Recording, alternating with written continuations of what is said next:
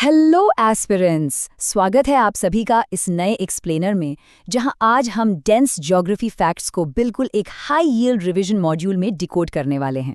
अगर आप SSC exams target कर रहे हैं तो ये सेशन आपके लिए गेम चेंजर होने वाला है।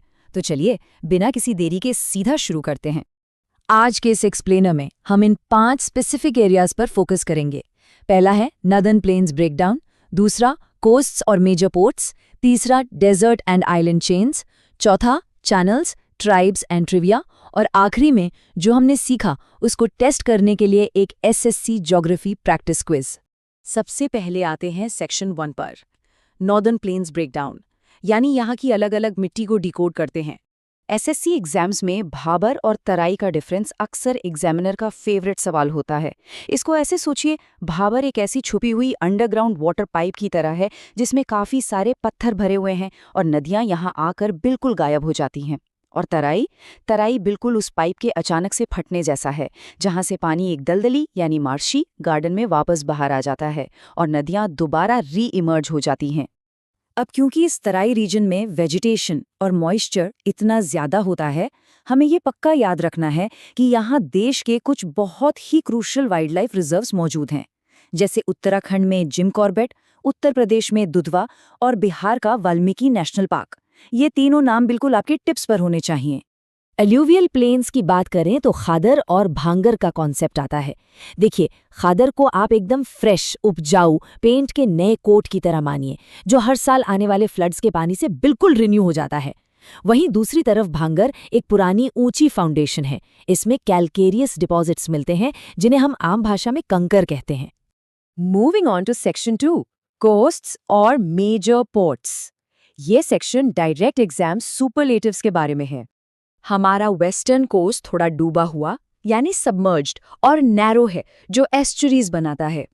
एक एस्चुरी एक फास्ट वाटर स्लाइड की तरह है जो सीधा ओशन पूल में गिरता है।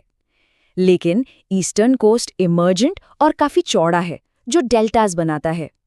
इसको एक आलसी धीमी नदी समझ लीजिए, जो अपना सफर खत्म करने से पहले पूरा सेडिमेंट आराम से वहीं छोड़ देती है।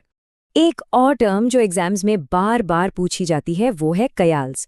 ये खूबसूरत बैकवाटर्स स्ट्रिक्टली वेस्टर्न कोस्ट पर ही पाए जाते हैं। इनमें केरला का वेम्बनाथ कयाल सबसे ज्यादा फेमस है। आपने नेहरू ट्रॉफी बोट रेस के बारे में सुना होगा, वो यहीं आयोजित होती है। अब इस डेटा को अपने दिमाग में बिल्कुल प्रिंट कर लीजिए। खास तौर पे ये ध्यान रखिए कि आंध्र प्रदेश का विशाखापट्टनम हमारा डीपेस्ट लैंडलॉक्ड पोर्ट है। वेस्ट बंगाल में कोलकाता अकेला रिवरीन पोर्ट है और तमिलनाडु के एन्नौर में कामाराजा देश का पहला कॉर्पोरेट ओन्ड पोर्ट है। मैच द फॉलोइंग के लिए ये बहुत इंपॉर्टेंट है। आगे बढ़ते हैं सेक्शन 3 की तरफ, डेजर्ट और आइलैंड चेन्स, यानी यहाँ हम कोरल वर्सेस माउंटेन का कंट्रास्ट देखने वाले हैं। थार डेजर्ट को कॉम्पिटिटिव एग्जाम्स में अक्सर मरुस्थली कहा जाता है। अगर आप इसका ड्रामेटिक अनुवाद देखें तो वो है लैंड ऑफ द डेड। ऐसा इसलिए क्योंकि यहाँ का क्लाइमेट बेहद हार्श है। अरावली रेंज के नॉर्थ वेस्ट में स्थित इस हिस्से में साल भर में 150 मिलीमीटर से भी कम बारिश होती है, बिल्कुल ना के बराबर। अब आइलैंड्स की बात करते हैं। लक्षद्वीप पूरी तरह से समुद्री जीवों द्वारा छोड़ी गई कैल्शियम की छोटी ब्रिक्स यानी कोरल से बना है, जिसमें 36 आइलैंड्स हैं। वहीं अंडमान और निकोबार असल में एक डूबी हुई माउंटेन रेंज की चोटियां हैं।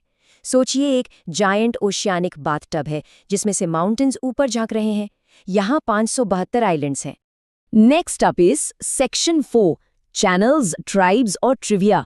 दोस्तों, ये वाला हिस्सा सच में किसी एग्जाम गोल्ड माइन से कम नहीं है। इन डिग्रीज और पैसेजेस को मेमोराइज करना हर हाल में आपके लिए नॉन नेगोशिएबल है। नोट कीजिए कि 10 डिग्री चैनल बिल्कुल अंडमान को निकोबार ग्रुप से अलग करता है। वहीं 8 और 9 डिग्री चैनल्स वेस्टर्न साइड पर लक्षद्वीप रीजन को आपस में ऑर्गेनाइज करते हैं।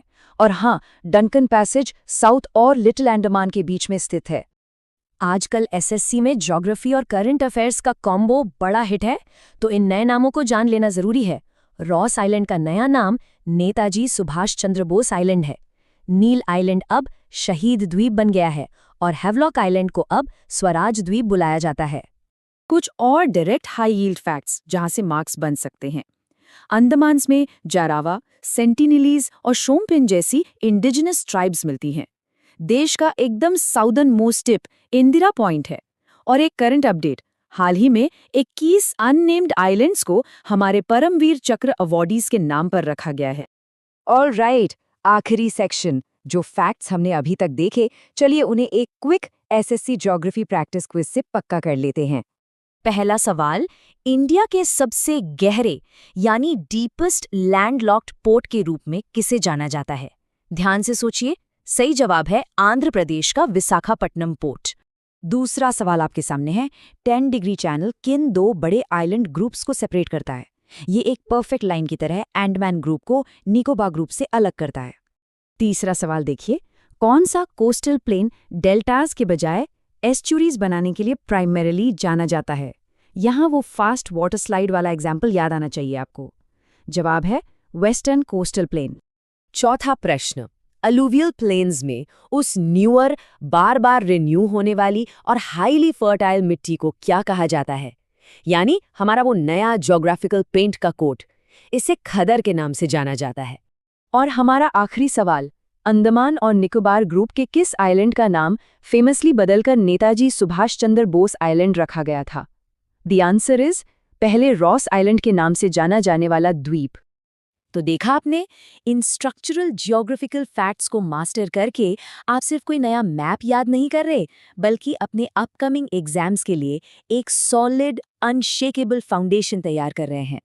देश की लिटरल नींव को समझना ही आपकी एग्जाम सक्सेस की नींव बनता है। इन फैक्ट्स को रिवाइज करते रहिए। लेकिन आखिर में सोचिए, देश के इस वास्ट भूगोल में और ऐसे कितने छुपे हुए राज और फैक्ट्स हैं जो नदियां अपने साथ बहाकर लाती हैं? क्या आप अगले एग्जाम में उन्हें पहचान पाएंगे? Keep studying.